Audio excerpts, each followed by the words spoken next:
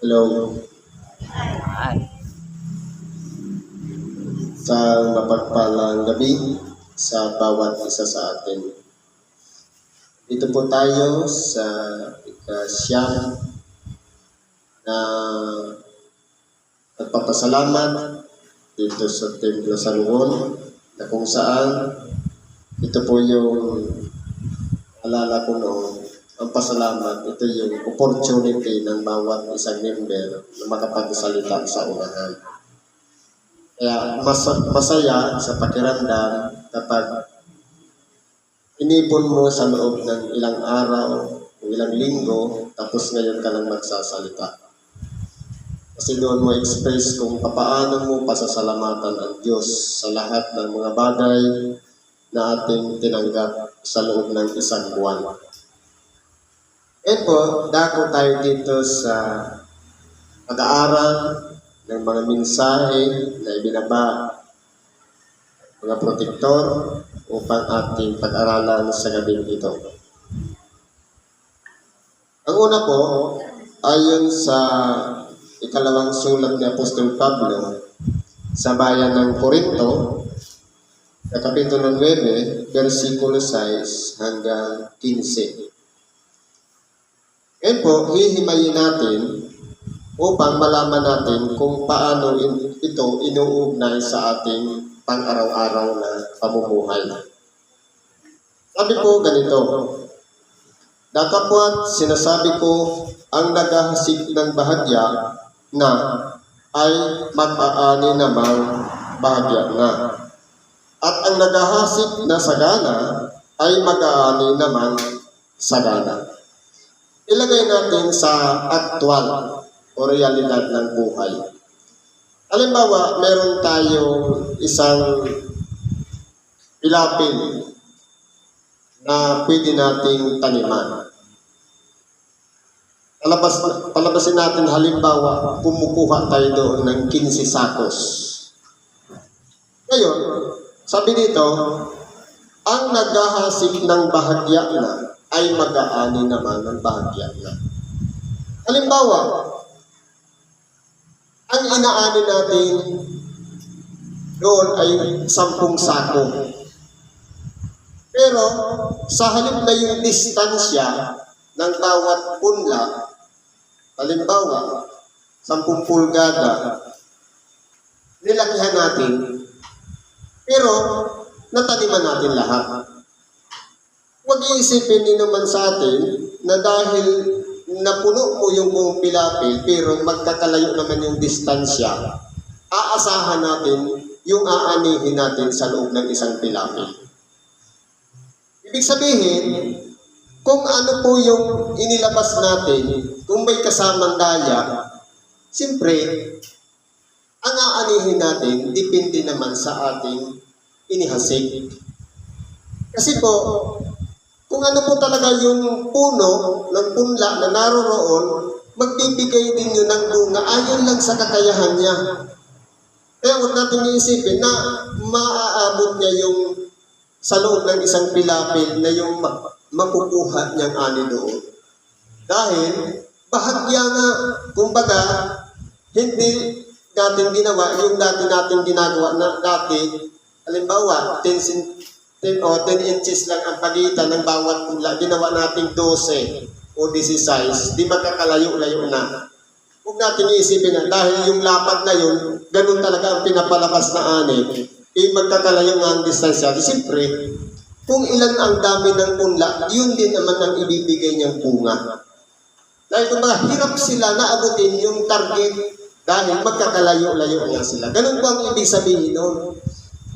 Kahit napuno natin yun yung isang pilapil, kung halimbawa may daya naman, ang mangyayari niyan, bahagya pa rin tayong mag-aani. Ano pa sabi dito? Ang naghahasik ng sagana ay mag-aani namang sagana. Ngayon, ibinalik natin sa tamang distansya. Ibibigay niya talaga yung tamang bunga na kakailanganin natin, depende po doon sa punla na inihasik natin. Sa makatuwid, kung titingnan po natin, tama lang na kinakailangan talaga kung ano yung dami ng ating inihasik, yun naman ang ating aanihin. Ganun din po yan sa paglilingkod. Kung tayo po, halimbawa, sa paglilingkod, ang gusto natin, halimbawa, ang umpisa ng gampanin, alas 12, bahagya lang yung binigay natin, palagi tayong late, o kaya absent minsan. Siyempre, ano ang aasahan natin? Ipaparehas ba doon sa nabuo yung paglilingkod na dumating sa tamang oras? Parehas ba doon sa dumating sa huli? Kaya po kung titingnan po natin, ang Diyos po, pantay magbigay. Kung ano yung inihasig natin, yun din ang tatanggapin nating pagpapala o makukuha nating ani. Kaya kung tayo po gusto natin ng sobrang biyaya, maging tapat lang po tayo sa Diyos. Ganapin natin kung ano ang nakalulunod sa Kanya at maghahari po siya sa ating puso. Kumbaga, nakikita naman niya yung mga tapat sa Kanya na handang sumunod at magpasakop sa Kanyang kalooban. Kaya po kung pag-aaralan natin, nasa atin po ang kakulangan para magawa natin yung nais ng Diyos. Ngayon, sabi dito, magbigay ang bawat isa ayon sa ipinasya ng kanyang puso.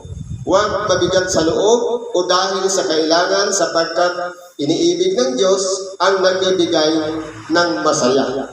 Halimbawa po, sa atin, meron tayong tinatawag na abuloy o pagbibigay ng kaloob, bukal sa ating kalooban. Ngayon, kung halimbawa, dahil lang sa kailangan, sa pila, hindi pwedeng laktawan tayo, sumunod na rin tayo sa pila. Ang tawag na, hindi sa kailangan, kundi kusa tayong lalapit at magbibigay ayon sa ipinasya ng ating puso. Huwag mabigat sa loob, ibig sabihin, kung ang ipinasya ng ating puso, 10 piso lang, tapos binulungan tayo ng ating kapatid, gawin mong 50, kung ano lang yung ipinasya ng ating puso, na maluwag sa ating kalooban, na ibinibigay natin ng pusa, iniibig po ng Diyos ang nagbibigay ng masaya. Ibig pong sabihin, titingnan po ng Diyos ang laman ng ating puso, kung gaano ba tayo magbigay ng bukal sa ating kalooban na hindi napipilitan o dahil sa kailangan. Dahil po ang Diyos, tinitingnan niya ang laman ng ating puso. Kung may katapatan tayo sa ating ginagawa, na yung pagbibigay na yan, walang halong-halong anuman ng pagdadalawang isip o pagdududa, kundi ginagawa natin yun ayon sa minarapat na kung ano ang mula sa ating puso na ibinibigay, yun po ang katanggap-tanggap sa Diyos. At maaaring gawin ng Diyos na ang lahat ng biyaya ay magsisagana sa inyo upang kayo na mayroong laging buong kaya sa lahat ay magsipanagana sa bawat mabubuting gawa. Kaya po kung halimbawa, bakit yung nagbibigay ng bukal sa kalooban mas lalong pinagpapala? Ibig sabihin, binubuksan kasi ng Diyos yung pag-iisip ng isang taong bukal ang kalooban na nagbibigay ng masaya. Siyempre po, kung ang Diyos nga ay hindi nawawalan, dahil sa Kanya lahat ng gagaling, ang lahat ng mga bagay, lahat ng mga biyaya na ating tinatanggap, kung tayo man ay nagsisisagana, ibubuhos na po yan doon sa mga taong may katapatan sa Kanya na handang magbigay ng bukal sa kalooban. Ibig sabihin, dadaan lang sa atin. Kasi kung titingnan po natin, tayo pong mga tao, minsan tutol tayo parang ayaw nating ibigay. Minsan magtataloob tayo, parang iniisip pa natin, saan kaya gagamitin? Kundi dapat ipakita natin sa Diyos, kung nagbibigay tayo ng masaya, dapat nakikita rin ng Diyos sa atin ang katapatan natin sa pagbibigay. Upang sa ganon, mas lalo pang bumuhos ang biyaya mula sa Diyos sapagkat hindi niya po tayo pagpupulangin kahit kailan kung tayo'y tapat po sa ating mga pagbibigay. Gaya ng nasusulat, siyang nagsabog, siyang nagbigay sa mga dukha. Ang kanyang katwiran ay nananatili magpakailanan. Sino po siya? Walang iba, ang Diyos. Kung siya po'y magbigay, magsabog, lahat po nagkakaroon. kahit mga mayaman, mahirap, pero mas higit na tumatanggap yaong may mga malilinis na puso o nasa katwiran. Dahil siya po, hinahanap niya yung mga puso ng mga tapat, yung mga puso na nananatili din sa Kanya. Doon naman siya mananatili. Kaya kung titingnan po natin, ano ba ang meron sa mayaman na wala sa dukha? At ano naman meron sa dukha na wala sa mayaman? Ang mayaman, sasabihin natin, marami silang salapi. Marami silang info o pera. Pero, kung titingnan po natin, yung pakikitungo nila sa kapwa, minsan may limitasyon. Katulad na lang doon sa nakita na inihalimbawa ng ating dakilang Panginoon. Yung isang mayaman na mamalimos, labis lang ang ibinibigay. Pero yung bao na halos 2 piraso na lang o 2 lipta na pinakakonsumo niya na, pambili niya na lang ng pansariling pagkain, ibinuhos niya pa lahat yung ibinigay pa niya sa Diyos. Totoo, maliit ang balyo. Dahil ang halimbawa, 5 piraso yung binigay ng mayaman, doon sa mahirap o bao, 2 piraso lang. Ang tinitingnan po kasi yung percentage ng ating pinanghahawakan. Dahil yung mayaman, tira-tira lang yung ibinigay. Pero yung doon sa babaeng bao, ang ibinigay niya, wala na siyang itinira sa kanyang sarili. Yung percentage sa kanyang ipinagkaloob, nakita po yun ng ating dakilang Panginoon. Na kung titingnan po natin, lumahan lang naman yan sa kamay natin. Diyos pa rin po ang pinanggalingan ng lahat ng bagay. Doon lang makikilala kung ano po ang magiging gawain natin kung tayo ba'y kapag pinadaan sa atin ng isang bagay, yung isang biyaya, maibabalik ba natin yan sa pagkakaloob? Sapagkat doon po makikita kung tapat tayo sa ating gawain sa paglilingkod. Tumitingin po kasi ang ating dakilang Panginoon sa puso ng bawat isa sa atin. Kaya po, ang kanyang katwiran, kahit na may pagpipigil man sa sarili na magbigay, naroon pa rin ang kanyang katwiran. Pantay po siya magbigay ng kaloob sa bawat isa. Kaya po, ibahagi naman natin ayon sa ipinasya ng ating puso ang pagbibigay ng kaloob. Sabi po dito, at ang nagbibigay ng binhi sa naghahasik at ng tinapay na pinagkapagkain ay magbibigay at magpaparami ng inyong binhi upang ihasik at magdaragdag ng mga bunga ng inyong katwiran. Ibig sabihin, ang Diyos po ganito. Kung siya'y magbigay ng binhi o isang bagay na pwede nating patubuin, magkaroon siya ng ugat, magkaroon ng usbong. Kapag yan po ay ipinagkatiwala lang sa atin at pinalago natin, bibigyan po tayo ng higit pa sa ating mga ninanasa. Dahil po, kung magkatiwala tayo na yung maliit na bagay na maparami natin. Ngayon, kung halimbawa, binigyan nga tayo halimbawa ng isang bagay tapos hindi naman natin naparami o napalago, bakit pa tayo pagkakatiwalaan ng muli ng Diyos ng isang bagay na wala namang napakinabangan sa atin? Kaya siya po yung sinasabi dito, ang nagbibigay ng binhi ay sa naghahasik. Tayo po yung hinasikan. Ano yung binhi na yun? Kapag ipinagkatiwala ba sa atin ang binhi yun, kaya ba natin palaguin? Kaya ba natin paramihin? Hindi ba manulugi ang Diyos sa atin? Kasi po, nasa atin po kasi kalooban, kung halimbawa, kung karapat-dapat tayo sa kalooban din ng Diyos, siyempre, dahil doon sa maliit na bagay na pinagkatiwala sa atin, kaya rin tayong pagkatiwalaan ng mga malalaking bagay. Dahil naging karapat-dapat tayo doon sa maliit na bagay. Eh sabi po dito, at magdaragdag ng mga bunga ng inyong katwiran. Kaya kung titingnan po natin, bakit yung mga yung mga hindi pigil sa kanilang sarili kapag nagkakalo, bakit mas lalong pinagpapala? Dahil po nakikita kasi yan ng Diyos, yung katapatan ng ating ginagawa. Pero kung halimbawa, pilit, na dahil lang sa kailangan, dahil lang sa sinabi ng iba, ang bigay natin, palagay natin naging compulsory ang bigayan, ibig sabihin hindi yung bukal sa loob. Dahil nandiyan na yung lalagyan na inilapit na sa atin, parang napipilitan lang tayong magbigay.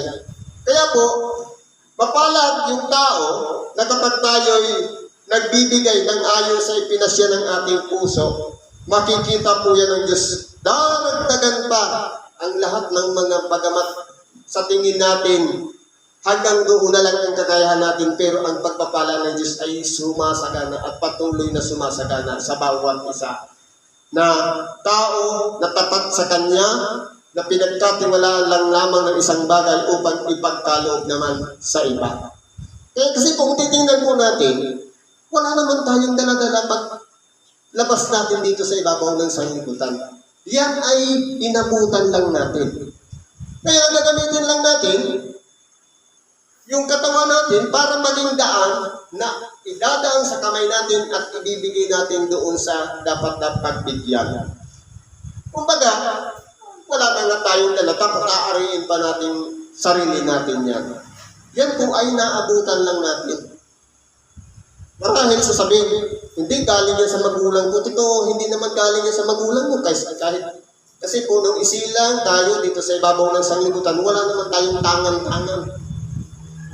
Maliban lang sa buhay natin na tayo'y hubad na isinilang sa sanlibutan ito, aalis tayong hubad. Isinilang tayo sa sanlibutan ito na mahina, mamamatay tayong mahina din. Isinilang tayo sa katulad ng isang bata, kapag dumating sa tamang tanda, mamamatay din tayong katulad sa isang bata. Kaya kung titingnan po natin, tayo po mga tao, wala namang humigit.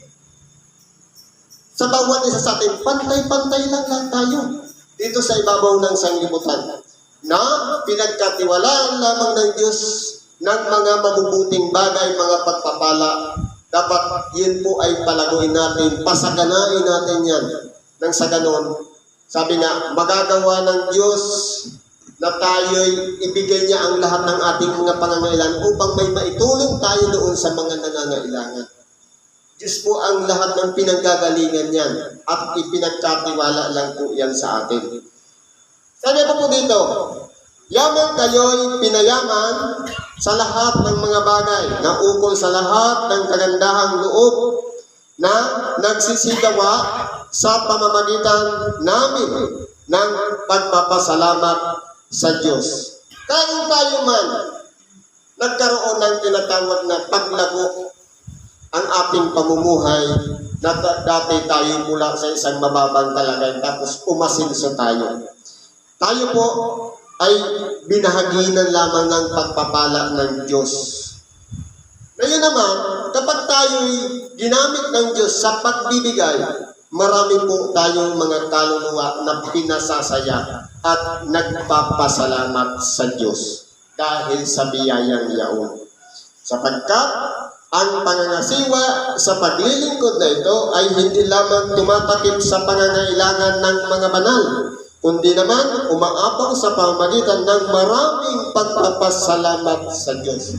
Kaya kung titingnan po natin, halimbawa, pupunta tayo sa isang lugar, may sumagot ng ating pamasahe.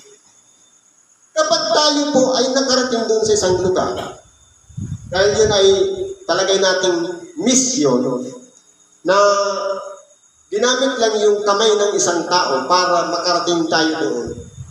Hindi lang po tayo ang magpapasalamat, kundi pati yung taong madadatnan natin doon. Na sa kabila, na bagamat alam natin wala tayong kaya, pero kapag nagbuhos ng biyaya ang Diyos, marami pong mga pinagkatiwalaan na mga tao na bagamat kapos tayo sa pangangailangan personal, pero meron pong magtatakip noon. Nandun po kasi ang pagpapala ng Diyos. Kaya po, hindi lang yung tumanggap ang magpapasalamat, kundi pati din naman yung ibang tao na bagamat sa isip natin, hindi natin kilala kung sino nagbigay o kanino tayo magpapasalamat, pero dumarami po ang nagpapasalamat dahil lamang sa isang bagay na inumpisahan ng isa, marami pa po mga biyaya ang darating sapagkat hindi lamang po isa ang magkakalog yan, kundi magtutulungan na po yan para ang lahat ng mga banal ay gumaan ang kanilang pakiramdam na bagamat mabigat na gusto sanang sumama halimbawa sa misyon pero hindi niya magawa dahil sa pagpapalang yun, pag nagtutulungan din po yan, nabibigyan ng kagaanan ang puso ng mga banal at nagaganap ang tungkulin iniatang sa bawat isa sa atin na walang iba. Tayo ay misyonero dito sa ibabaw ng sanlibutan. Baka sa pamamagitan ng ipinagkatiwala sa atin na salita ng Diyos sapagkat tayo ay magkakaiba-iba ng biyaya, marahil baka meron pang isang tao na makarinig ng salita ng Diyos at magsisi at magbalik loob sa Diyos. Kaya po kung titingnan po natin, tulungan po ito. Ibig sabihin, ang biyaya dumadaan sa isang kamay para lang sa pangangailangan ng iba. At pagkatapos, kapag naganap naman ng iba yung pangangailangan, siyempre, dapat kalagip din natin, kumbaga kasama din natin yung mga nagkakaloob na dapat huwag natin baliwalain na kasama din natin sila sa misyon, sa paglilingkod sa kapwa at ganoon din sa pagsunod sa kalooban ng Diyos. Ano pa sabi nito? Palibasay sa pagsubok sa inyo sa pamamagitan ng ministeryong ito ay niluluwalhati nila ang Diyos dahil sa pagtalima ng inyong pagkilala sa Ebanghelyo ni Kristo at dahil sa gandang loob ng inyong ambag sa kanila at sa lahat. Kaya kung titingnan natin dito, bagamat po tayo ay nasa ilalim ng tinatawag na ministeryo, marami po ang nagluluwalhati sa Diyos. Dahil po, maganda po kasi kung sama-sama tayo na niluluwalhati natin ang Diyos. Kung sa pamamagitan ng minsan may mga dahilan o mga pagsubok na dumarating, na minsan nga parang may mga pumipigil. Bahagi po yun ng mga pagsubok. Pero po, yan po ay nilipas lang. Dahil po ang mangyayari po doon, mananaig pa rin yung pagtalima sa Ebanghelyo. Dahil po kahit sarado ang pag-iisip ng iba, kapag yan binuksan po ng Diyos, dahil lamang sa pakikinig ng Ebanghelyo, marami pa po ang magpupuri sa Diyos. Kaya kung titingnan po natin, maganda yung komposisyon ng grupo, ng samahan. Meron naman dyan, may biyaya siya sa pangangarap, pero tapos naman sa pangangailangang material. Meron naman, marunong tumulong sa kapwa, pero wala rin naman kakayahan personal. At meron naman, nandyan, nasa likod lang na hindi natin namamalayan, tumutulong siya. Pero pagka minsan, tayo pa ang nagkakamali na akala natin wala siyang pakinabang. Kaya kung titingnan po natin, dito sa bagay na ito, maganda po ang pagkakagawa ng komposisyon ng tao. Kasi kung titingnan natin sa totoong buhay, bakit may mayaman? Bakit siya may mahirap? Merong mayaman dahil sila po ang pinanggagalingan ng ating mga pangangailangan. Pag nagtrabaho tayo, magbigay tayo ng oras, meron tayong tatanggapin na sahod. At bakit naman may mahirap? Dahil may mga bagay na hindi nagagawa ang mayaman, pero yung mga mahihirap lang ang makakagawa. Halimbawa, kung ang mayaman, busy sa kanyang mga ginagawa, pero yung maglinis ng bahay, hindi niya magawa, nandun naman yung mga mahirap para gumawa ng mga bagay na yun. Kaya kung titingnan po natin, ang Diyos po, pantay po, kung titingnan po natin, lahat po tayo ay pinagpapala ng Diyos. Mayaman man o mahirap, lamang hahatulan na lang ang tao depende po sa magagawa. Halimbawa, yung mayaman mandaraya naman, tapos naging saking, hahatulan din siya sa kanyang magawa. Ganon din naman yung mahirap. Kung halimbawa, ang mahirap, nagnakaw din, hahatulan din yun, depende sa kanyang magagawa. Pero ang pinanggagalingan lahat ng mga bagay ng pagpapala, walang iba ang Diyos. Hindi po sa sarili nating kakayahan o lakas, dapat tayo magsiasa lamang, kundi sa paglingap ng Diyos sa bawat isa sa atin. Kasi po, ang gawain po kasi ng tao dito sa ibabaw ng sanglibutan, wala pong iba, mabuhay tayo ayon sa kalooban ng Diyos. Na makasunod tayo sa kanyang mga nasa, dahil ang programa ng Diyos, kumbaga ang sanglibutan ito, ay parang dito lang tayo dinadalisay ng ating pagkatao. Kung tayo tapat sa Diyos, mananatili tayo hanggang wakas. Maliligtas tayo. Kasi may preparasyon na ang Diyos sa inaharap. Sa mga nagsisisunod at sumusunod o gumaganap ng kalooban ng Diyos, buhay na walang hanggan. Nakaprogram na. Kaya hindi tinanong mo natin, ang programa ng Diyos, babagaya na lang natin. Susundan na lang natin kung ano yung mga pamamaraan ng Diyos. Ito, gagawin natin, ito hindi. Doon na po tayo binibigyan ng kalayaan ng Diyos mamili dahil dalawa lang po ang gumagalaw dito sa ibabaw ng sanglibutan. Masama, na pwede tayo doon mapasama, o mabuti, na yun po ang pinakahangad ng Diyos na dapat lakaran natin. Naging halimbawa po ang ating dakilang Panginoon. Kung ang ating dakilang Panginoon naging tapat sa kanyang Ama, na sumunod sa kalooban ng kanyang Ama, naway yung yapak na iniwan ng ating dakilang Panginoon, siya nating lakaran, upang sa ganun maging tapat din tayo sa ating dakilang Panginoon sa pagsunod sa kanyang kalooban. Kaya nakalagay po nito yung aral o yung ibanghilyo na ating tinatalima na pinagbabatayan natin ng ating pang-araw-araw na pamumuhay. Kung tayo po, marami tayong nalalaman sa mga kasulatan, doon naman tayo hahatulan kung hindi natin yung isinasagawa. Kaya po, nandun na yung proseso ng pagsunod. Kung ang ating dakilang Panginoon sumunod, hindi niya nilabag ang Diyos. Dapat ganoon din po tayo, sumunod din tayo sa kalooban ng Diyos sa pamamagitan ng mga espiritong patnubay sa bawat luluyan. Ano ba sabi dito? Samantalang sila rin naman sa panalangin patungkol sa inyo ay nananabik sa inyo dahil sa saganang biyaya ng Diyos sa inyo. Salamat sa Diyos dahil sa kaniyang kaloob na di masayon. Kaya po, umitingan po natin. Sa komposisyon po natin, meron po dyan na minsan wala naman kakayahang magkaloob. Pero, puspos naman siya ng pananalangin. Kumbaga, ang ginagawa niya lang makipag-usap sa Diyos na manariwa o magkaroon pa ng marami pang biyaya tayong tanggapin. Ibig sabihin, bagamat hindi natin nakikita na nagkakaloob, pero kasama tayo sa inilalakit niya sa panalangin, isang malaking bagay na po yan na mabuting ginawa ng ating kapwa para sa lahat. Kaya po, kung tayo po, kumitingin lang tayo sa panlabas na anyo, doon tayo mapapahamak. Titingnan palagi natin ang komposisyon ng Diyos sa iglesia. Merong bahagi diyan ng katawan na pagka tinignan natin, yung inaasahan natin walang pakinabang, siya pala ang napakahalaga sa lahat. Nabagamat, hindi natin sila nakikita, pero kung magkaloob naman sila, nasusustentuhan ang pangangailangan ng mga banal. Isang malaking pagpapala na rin po yan sa mga kapatid natin na wala dito.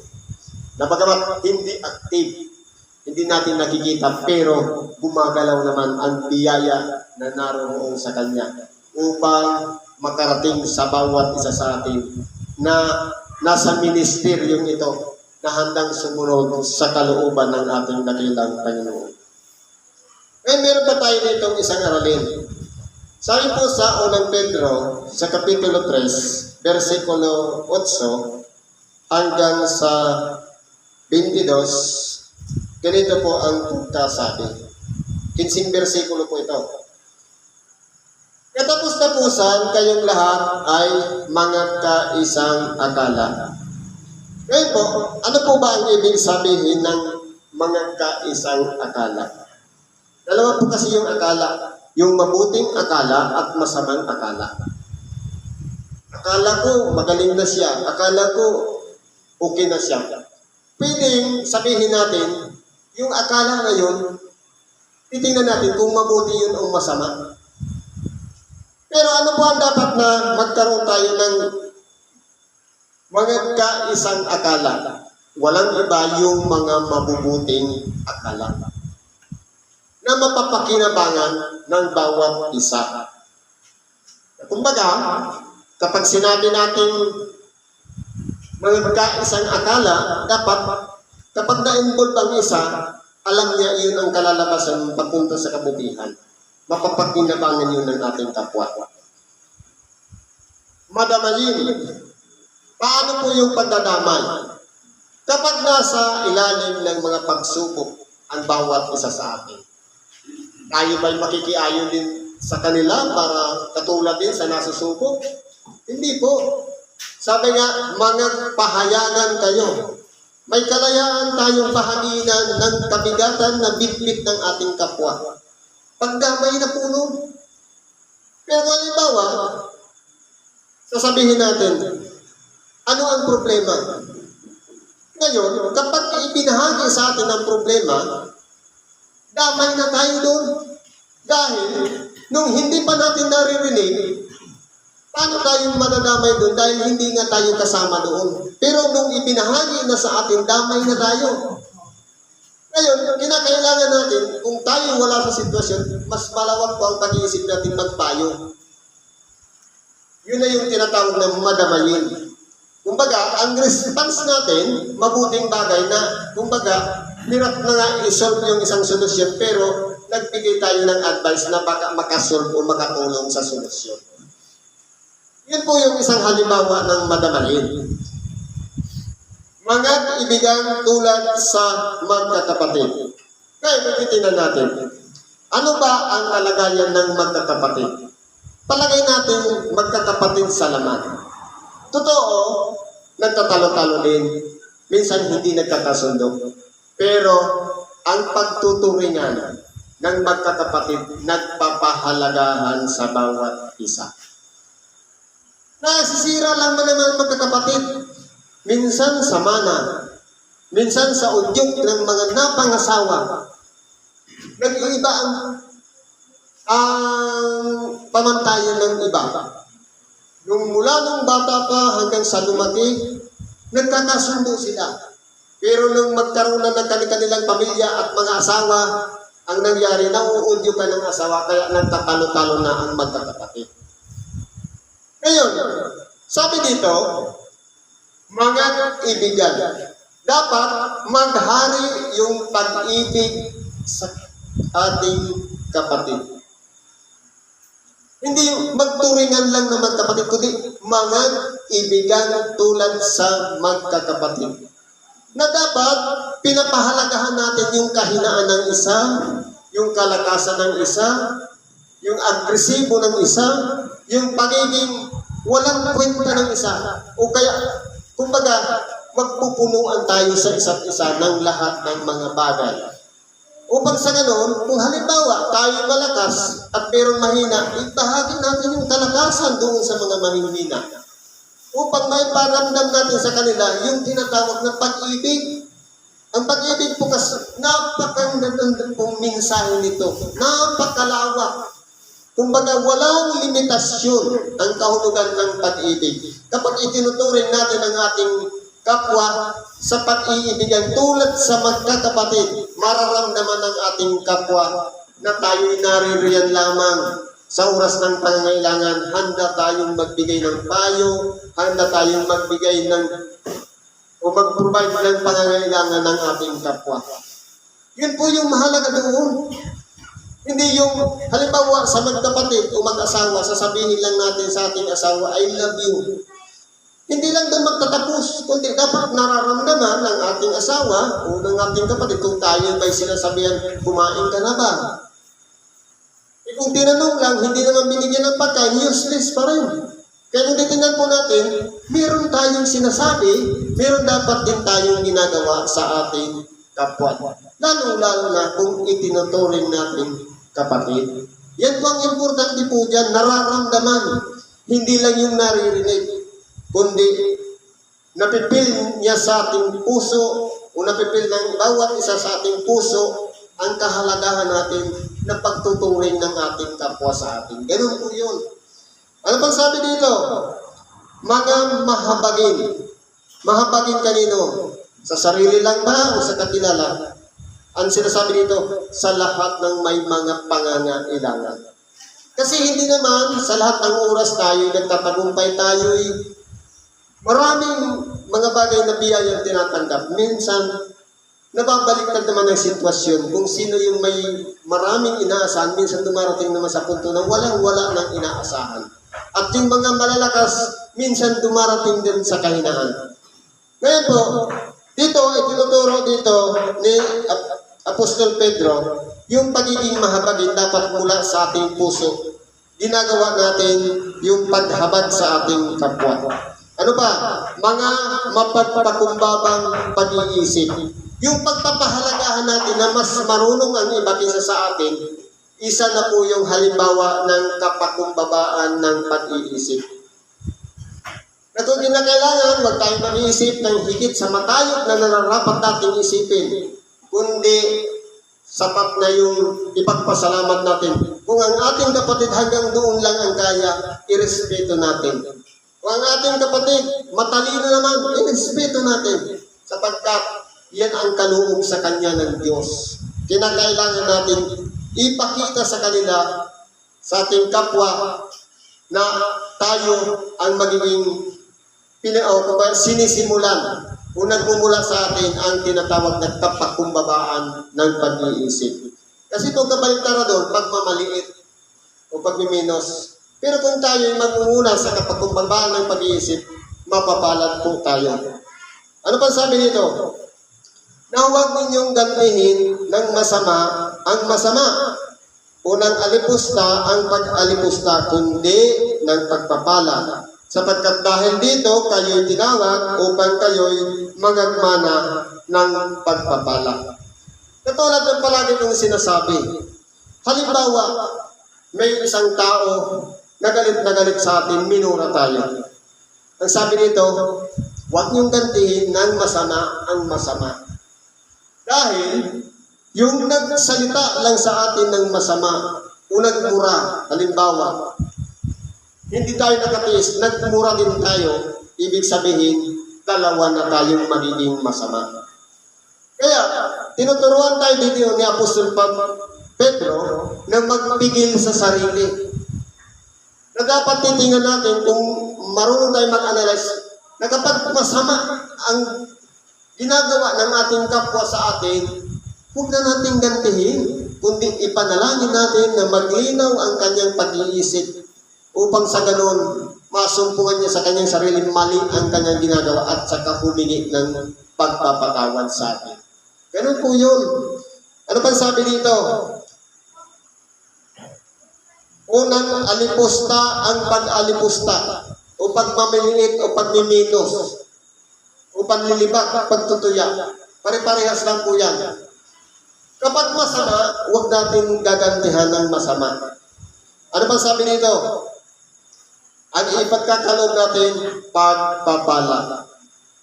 Marahil, baka problemado lang siguro yung kapatid natin, kaya siya nakapagmumura o nakapagsasalita ng masama.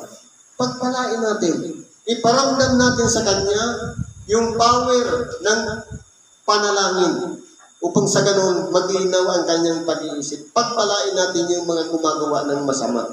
Upang sa ganun, kapag ang kapangyarihan ng kabutihan sa pamamagitan ng Espiritu Santo naramdaman ng ating kapwa, magbabago po yan. At magbabalik loob yan sa Diyos. Magsisisi po yan ng kanyang kasalanan. Ganun po yan.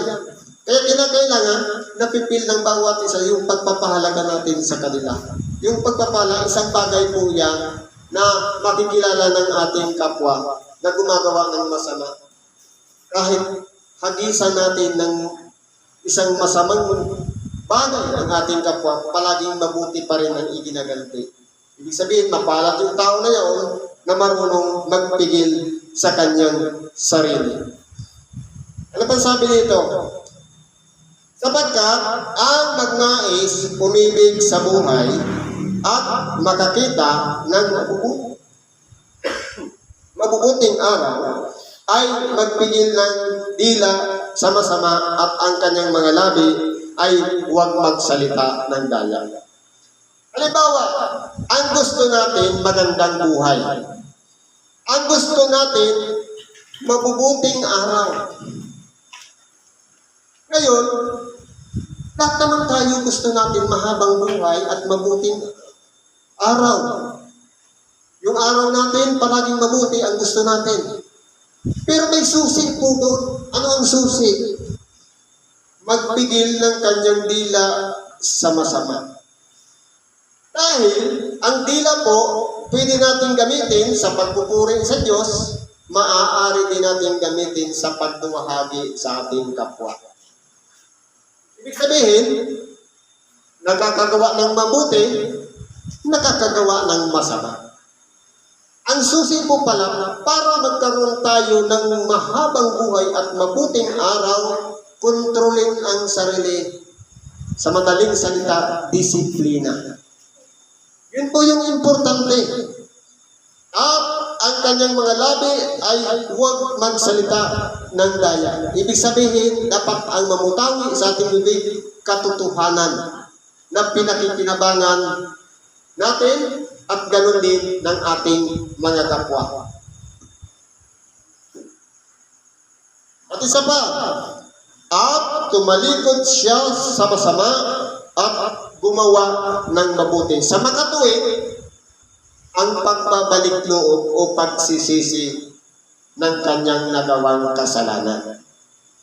Ganyan po yun. Halimbawa, kung tayo po gusto natin ng maging successful ang ating buhay, gusto natin mahabang buhay, meron po tayong gagawin. Ang sa madaling salita, pagsunod. Disiplina sa sarili at respeto sa magulang. Dahil isa po yan, yung paggalang sa magulang, unang utos siya na may pangako na tayo po ay magtatamo ng mabuting araw at mahabang buhay sa ating sarili. Minsan po kasi napapahamak din tayo dahil sa ating mga bibig. Na kapag hindi tayo nakapagpigil, minsan nakapagsasalita tayo ng masama sa ating mga magulang. Na dahil sa mga bagay na ibinahagi ng ating mga kapwa, na mag-aaral man yan, katrabaho man yan, minsan na isi-share sa ating pag-uwi sa tahanan, minsan wala ng respeto sa magulang. Wala ng kontrol sa bibig. Minsan, natututunan pang magsinungaling sa magulang. Kaya kung tininan, magkalakip lang po yung pagrespeto sa magulang. At yung nakasulat dito sa binabasa natin, na ang pagpipigil ay isang bahagi na pinag-aaralan ng bawat isa sa atin, na disiplinahin natin ang ating sarili, na kontrolin natin sa ating mga pagsasalita. Sapagkat, pwede po tayo ditong mapahamak.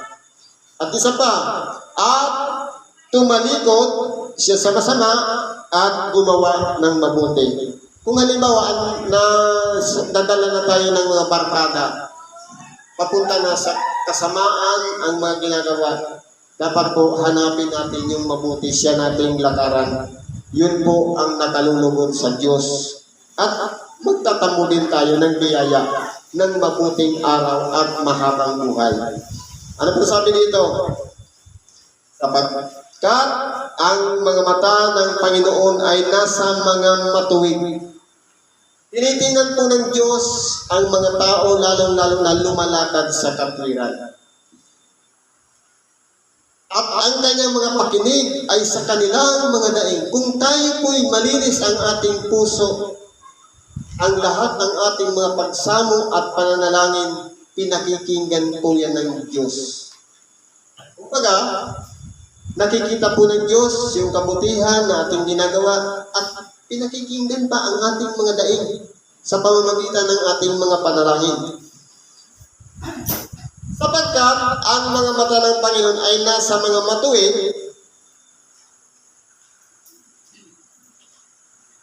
sabi dito, ngunit ang mukha ng Panginoon ay laban sa mga nagsisigawa ng masama. Ibig sabihin, lumalayo pala ang Diyos sa bawat isa na gumagawa ng masama. Kaya kung titingnan po natin, kinakailangan natin sariwain sa ating pag-iisip, ano ba ang nilalakaran natin? Mabuti ba o masama? Kung masama, dapat po talikdan na natin yan at gawin natin yung mabuti na nakalulugod sa Diyos. At sino ang sa inyo ay api kung kayo'y mapagmalasakit sa mabuti? Ngayon, kung halimbawa, palagi na tayo'y gumaganap o gumagawa ng ayon sa ikabubuti ng ating kapwa. Sino ba ang magduduwahagi sa atin? Sino ba ang manglilibak sa atin? Wala, dahil tayo po ay lumalakad sa kabutihan. Kaya pagkanasain natin ang gawin ng ayon sa kabubuti natin at ganoon din sa ating kapwa. Datapwat kung magagbatag kayo dahil sa katwiran ay mapapalad kayo at huwag kayong mga takot sa kanilang pangtakot at o huwag kayong mga gulo. Dapat maging kalmado po ang ating pag-iisip. Kung ginagawa natin ang mabuti, huwag tayong matakot. Kundi ipagpatuloy lang natin yung paggawa ng kabutihan sa ating kapwa. Sapagkat may reward tayo sa pagbabalik ng ating dakilang Panginoon doon sa ikalawang buhay. Kung tayo nagsigawa ng mabuti, mag-aani naman tayo ng kabutihan ayon sa ating mga ginawa. Kundi inyong ariing banal si Kristo na Panginoon sa inyong mga puso na lagi kayong handa sa pagsagot sa bawat tao na humihingi sa inyo ng katwiran tungkol sa pag-asang nasa inyong ngunit sa kaamuan at takot. Tinuturuan tayo dito ni Apostol Pedro na dapat po ariin natin banal ang ating dakilang Panginoon sa ating puso. Dapat manahan siya sa ating puso upang sa ganoon, kapag naroon na siya nakaluklok sa ating puso, tayo naman kung sino man ang lumapit sa atin, handa nating bigyan sila ng mga payo o magagandang bagay para sa kanila para magkaroon naman ng kagaanan ang kanilang mga dinaranas dito sa ibabaw ng sanglibutan. Pero may kondisyon sa katwiran at ngunit sa kaamuan at takot. Na kumbaga, nag-iingat din tayo na hindi tayo mapahamak. Lalong-lalo na kung tayo nagpapayo sa ating kapwa. Nataglay ang mabuting budhi upang sa mga bagay na salitaan laban sa inyo ay mga pahiya ang nagsisialipusta sa inyong mabuting paraan ng pamumuhay kay Kristo. Kaya po, kung halimbawa, tayo po'y gumagawa, dapat po palaging mananatili pa rin sa ating sarili ang ating budhi na isang mabuting budhi. Kumbaga, gumagawa tayo ng isang bagay na alam natin mabuti, pero kumbaga, titingnan natin yung kalagayan ng ating budhi. Na yun ba ang nararapat? Yun ba ang nakalulugod? Yun ba ang ayon sa kalooban ng Diyos? Dahil uusigin tayo ng ating budhi kapag tayo tumataliwas sa ating mga ginagawa. Sapagkat lalong magaling kung gayon ang iniibig ng kalooban ng Diyos na kayo'y magagbata dahil sa paggawa ng mabuti kaysa dahil sa paggawa ng masama. Kaya po kung tayo po pinananahanan ng Diyos, ang mananaig po talaga dyan, mga gawang mabuti na nakalulugod sa Diyos. Na bagaman tayo ay nangangbabata, ang mahalaga ang bunga po nun, kabutihan na napapakinabangan ng ating kapwa. At huwag dahil sa paggawa ng masama. Sabi dito, Sapagkat si Kristo man ay nagbata rin minsan dahil sa mga kasalanan, ang matuwid dahil sa mga di matuwid, upang kayo'y madala niya sa Diyos, siyang pinatay sa laman, ngunit binuhay sa Espiritu. Kaya kung titinan po natin si Kristo, hindi niya po inisip ang kanyang sarili lamang. Kundi kung ano yung mga bagay na inihanda ng Diyos para sa kanya, na sinabi na ng mga propeta na nauna sa kanya na dapat niyang lakaran, naging tapat po si Kristo sa pagsunod sa mga yaon. Kaya po, ang pagbabata ni Kristo, na inilaan niya ang kanyang sariling buhay, alang-alang sa mga makasalanan. Sabi nito, ang matuwid dahil sa mga di matuwid, na siya malinis ang kanyang konsensya, wala siyang bagay na nilabag sa kalooban ng kanyang ama. Inalay niya ang kanyang buhay, isang matuwid para sa mga hindi matuwid. Naging ganap po siya sa paningin ng Diyos dahil lamang sa tinatawag na pagsunod.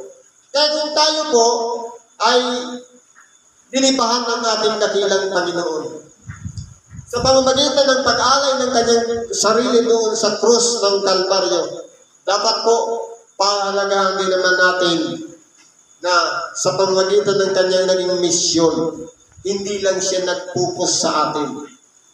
Sabi, binuhay man siya sa Espiritu, nangaral sa mga Espiritong nasa bilangguan. Ibig sabihin, hindi lamang tao ang pinagpupusan ng ating dakilang Panginoon, pati mga Espiritu. Ipinangangaral niya rin ang kaharian ng Diyos. Kaya mapalad tayo kapag nasumpungan natin sa ating sarili na isa pala tayo sa pinahahalagaan ni Kristo, na nais niya mapabuti ang ating buhay sa pamamagitan ng mga aral na ipinagkakaloob sa atin. Ngayon, sa kalagayan ng ating dakilang Panginoon na siya'y namatay sa laman, pagkatapos na siya'y mamatay sa krus, binuhay siya ng Diyos sa Espiritu na naog doon sa mga Espiritong nasa bilangguan. Ibig sabihin po pala, nung mamatay ang ating dakilang Panginoon doon sa krus, hindi pa siya pumunta sa langit, kundi pumunta muna siya doon sa kalaliman, nangaral sa mga Espiritong nasa bilangguan. Sino-sino yung mga Espiritu na yun? Na ng unang panahon ay mga suwain, na ang pagpapahinuhod ng Diyos ay nanatili noong mga araw ni Noe, samantalang inihanda ang daong na sa loob nito'y kakaunti sa makatuwid ay 8 kaluluwa ang nangaligtas sa pamamagitan ng tubig. Dahil po ang tao noon sumama ng sumama. Pero hindi ibig sabihin na dahil doon sa taong na ginawa, 8 kaluluwa lang ang nangaligtas, pinabayaan na sila ng Diyos. Kundi sa tamang pagkakataon nung mamatay ang ating dakilang Panginoon sa krus, binabaan sila ng ating dakilang Panginoon. Nabuhay sa bilang isang Espiritu, sapagkat ang kanyang katawang laman ay naiwan at inilibing doon sa libingan, sa makatuwid, yung Espiritu niya lang ang nanaog doon sa kalaliman at nagpangaral din ng kaharian ng Diyos. Kaya tinitingnan po natin, ang pinuntan pala ng ating dakilang Panginoon, matapos siyang mamatay doon sa cross, nanaog siya doon sa kalaliman at nangaral sa mga Espiritong nasa bilangguan. Na ang Diyos po ay naging mapagpahinuhod mula pa noong mga panahon na magkasala si Cain hanggang sa sunod na henerasyon. Ang ating dakilang Panginoong Diyos ay nagkaroon ng pagpapahinuhod para sa kanila. Nagkaroon ng pag-aasawahan yung mga anak ng Diyos sa mga anak ng taong babae. Nagkaroon ng mga anak ng mga higante. Pero hindi pa hinatulan ng Diyos. May tamang timing na yun na yung pinagawa, sinuwi ng daw at doon na hinatulan ng Diyos sa pamamagitan ng tubig. 8 kaluluwa lang ang nangaligtas sa tubig. Kaya po, ang Diyos po, mayroong tamang timing sa paghahusga o sa paghatol dito sa sanglibutan. Kaya kung titingnan natin, maraming mga nagtatanong, bakit hindi pa hatulan ang kalaban ng Diyos? Pwede naman, pero may tamang timing sa katapusan ng sanglibutan. Hahatulan ng kalaban ng Diyos, kasama na rin yung mga katulad ng ginagawa niya. Ibig sabihin, hindi pa huli ang lahat. yung mga masasama, pwede pang magsisi, magbalik loob sa Diyos.